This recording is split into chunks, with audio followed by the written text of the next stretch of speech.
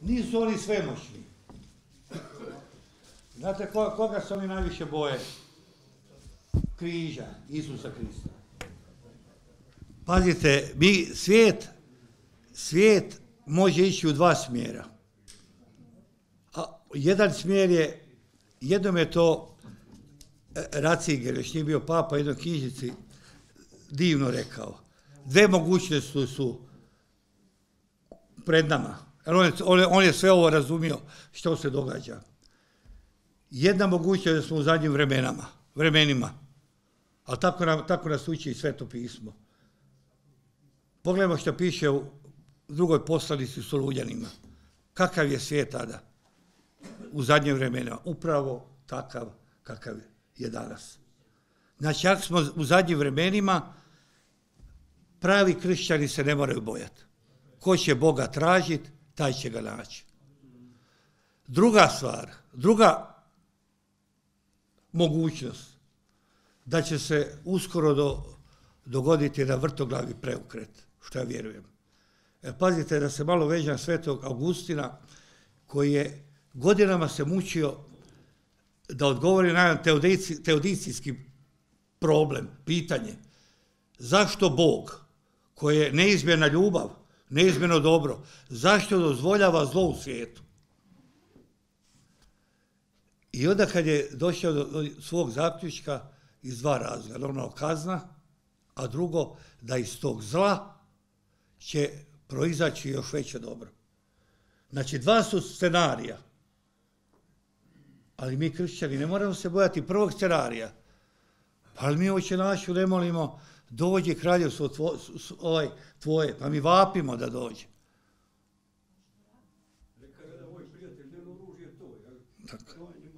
Jedino. Evo imamo Gospodin. Hvala, Mladen Ovšeno. Imam prvo pitanje. Mislite li da svi oni saborski zastupnici koji se ne zalažu za hitan izlazak iz Europske unije podržavaju masonsku agendu očuvanja i stvaranja te naddržave ili još goru obmanu čine ako se zalažu za nekakav takozvani savez suverenističkih država koji opet ostaje sa centralom jedne fašističke federativne Euroslavije? Evo, neću odgovoriti politički, ali ću vrlo blizo odgovoriti. Jasno da je Evropska unija jedna od tih organizacija, masonskih organizacija. Mislim, sve su od MEF-a, Svjetske trgovinske organizacije, Svjetske banke, pa do UNICEF-a, da tako kažemo. Sve su masonizirane organizacije, nema druge. U Europskom parlamentu je, pa bar tako 60% masona, bar je to i rekao ovaj jedan španjolski mason koji je izašao. Znači, masonizirano je. I jasno da ovaj globalizam, to je ta težnja za jednom državom. Što sam rekao, im postoje već 3 države za jednom državom. Jer pazite, globalizacija. Onda se neko kad govori o globalizaciji, govori kako je Krist bio najveći globalist. Ali Krist je bio globalist, bio je gdje je Bog na čelu.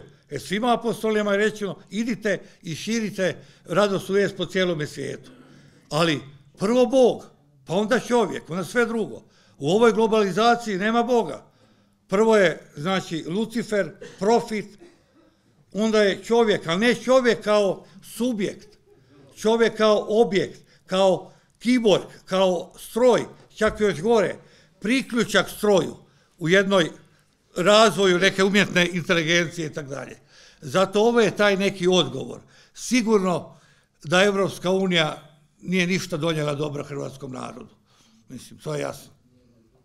Franjo, možeš, evo, onda buš Mili Franjo, pa Mili, pa gospodin. Ovako jedno pitanje. Mi smo već ovdje rekli da su masoni stvorili prvu Jugoslaviju, stvorili su drugu Jugoslaviju i sad su već odmakli u stvaranju treće Jugoslavije. Pa ja postavljam pitanje kako da se mi suprotstavimo tome, ništa drugo.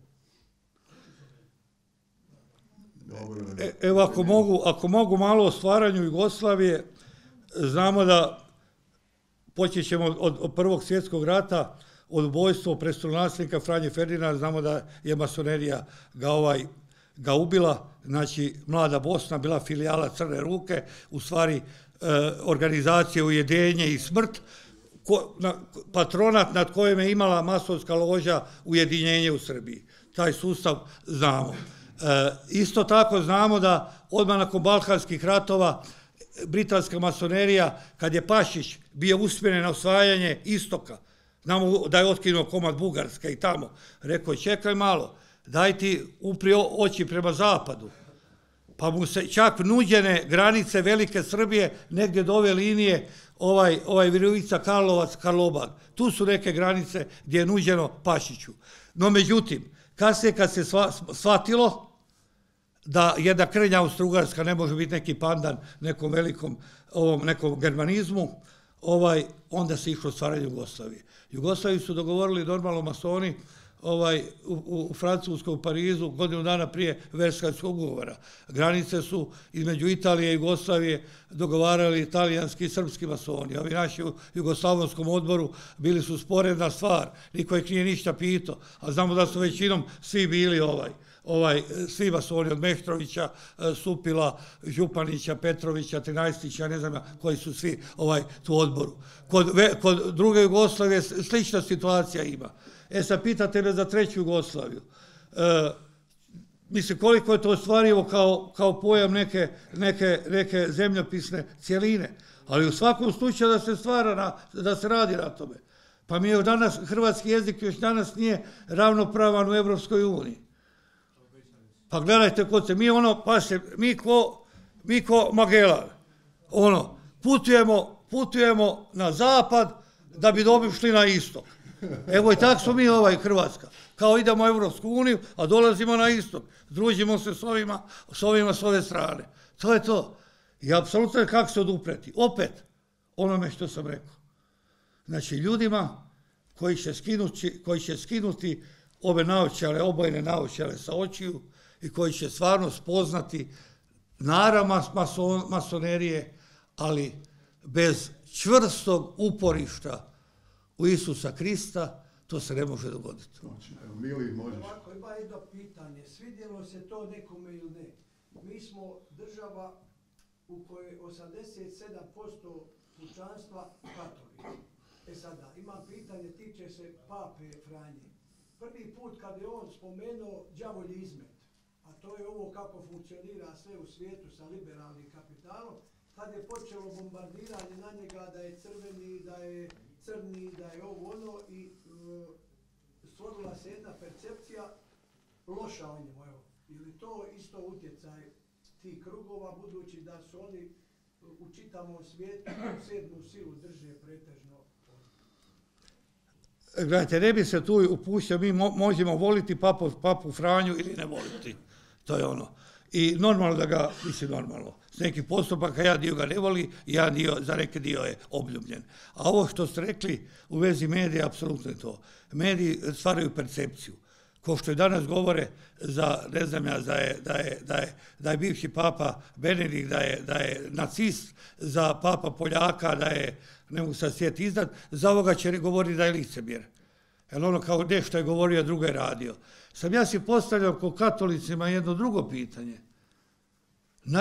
Najlakše govoriti protiv našeg pape, protiv naših biskupa, protiv naših svećenika. Ja pitam drugo, koliko mi molimo za njih? Jer mi molimo za njih. Pa oni su na kušnji svakodnevnoj. Ja moram iz svog osobnog iskustva, kad sam jednu knjigu pisao u Klopci demona, pa ja sam se hrvo sa đavlom. Mislim, kao su oni kušnji. Sad to kaže najlakše oni su prolazni. Crkva smo svi mi, samo da dovršim. Svi smo mi crkva, jednaki pred Bogom. I ja, i vi, i biskup, naš, i papa. Znači, svi smo crkva, ne samo mi ova naša zemaljska crkva. Znači, ona crkva koja pati u čistilištu, crkva slavna na nebesima, svi smo jedna crkva. Zato kad kaže, pape prolaze, biskupi prolaze. Ima kratki odgovor. Svaki put na svakoj misi se pomoli i za papu i za biskupa. Znači, mi svi kad smo u zajednici i molimo, moli se. Znači da se moli, Tako je. Evo gospodin, pa će onda gospođa Zorica. Ja sam Milan Karlović, imam pitanje i za prijatelja Mladina i za vas, a možda i za sve nas. Možemo li zaključiti da su masoni glavni neprijatelji čovječanstva, a samim tim crkve i vjere i vjernika? Evo, apsolutno. Imam onda Dobro? malo još pod pitanje. Može. Prvo, ajde, vidi me, reci pod pitanje.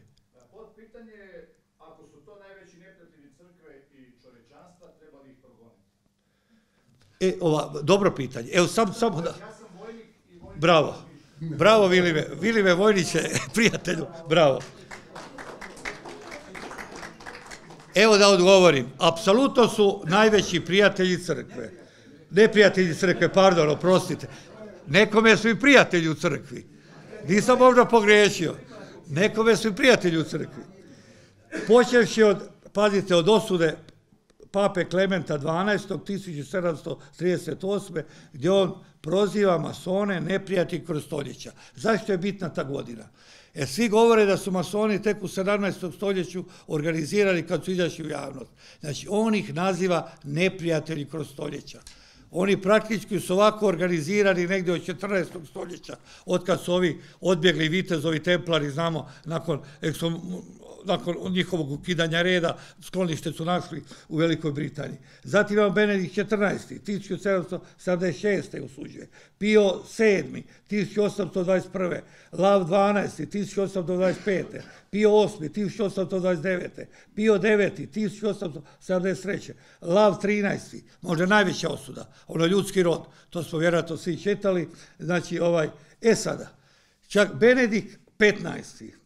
1917. u svom kanonu 2335 jasno kaže da su masoni najveći neprijatelji crkve, da nespojivo je biti mason i katolik.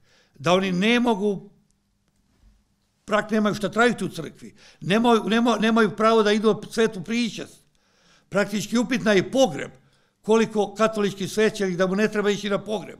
Znači, osuda.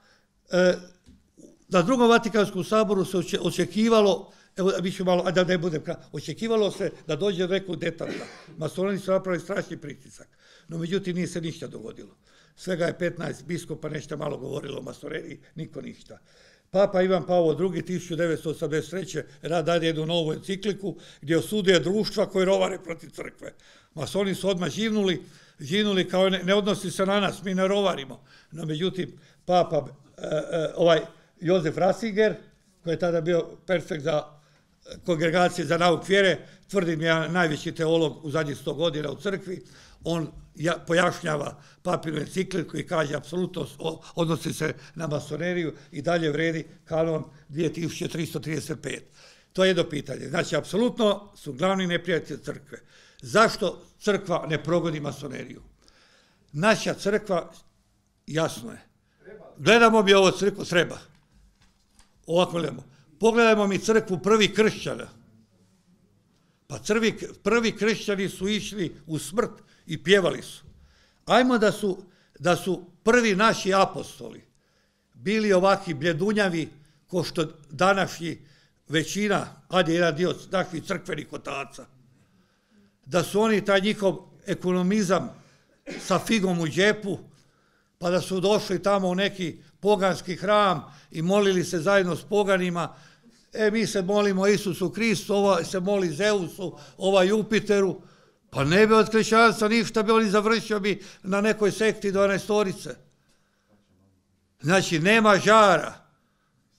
To je to. Što fali ove crkve? Koji bi današnji biskup stavio glavu na panj i pjevao pjesmu crkve i borio se za to? To si trebao postaviti pitanje.